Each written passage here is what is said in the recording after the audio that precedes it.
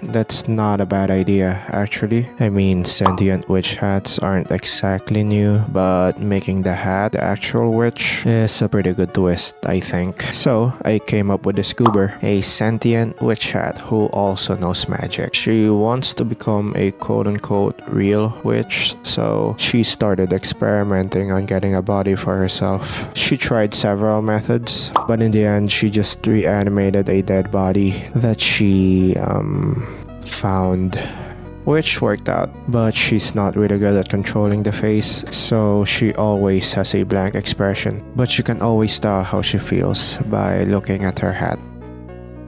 Quite a few of you like the living witch hat concept, so I'll add a few ideas that I couldn't fit on the last one. In her quest to become a real witch, she tried several ways to get a body, like making one out of pure magic, crafting a wooden puppet and controlling it, or just mind projecting a witch to anyone who sees her. But they all have their problems, so the best solution she found was to get a body that no one was using. At first, she viewed the body similar to clothing, something she wears and takes care of, but she doesn't see it as a person until she meets someone who knows the body when she was alive, like a distraught parent looking for their lost daughter who ran away years ago, and she had to play along and live with them for a while, pretending to be their dead daughter who lost her memories. And she learns more and more about her past, and maybe she starts thinking of her less as an object and more as a friend she never had.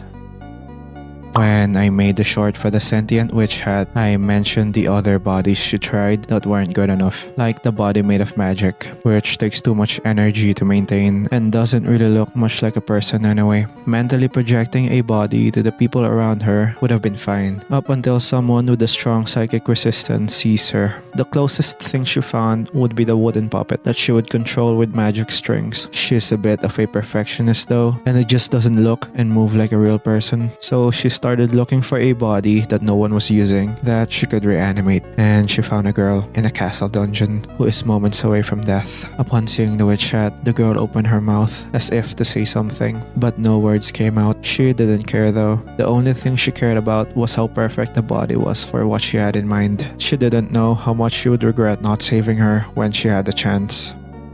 A while back, I drew this character who was actually a sentient witch hat dreaming of becoming a quote-unquote real witch. And to become one, she needed a body that she can control, and after experimenting a bit, she found one in a castle dungeon underneath a country on the brink of collapse. There, she found a girl imprisoned, breathing her last breath. She could have saved her, but she didn't.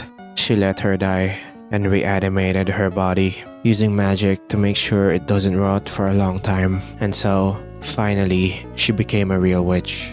That was until she met the girl's distraught mother, searching for her after she ran away years ago. The witch hat decided to play along on a whim, pretending that she had lost her memories. But after spending time in the girl's childhood home and learning about the girl's life and the girl's dream, the dream of becoming a witch, the living witch hat couldn't help but feel guilty.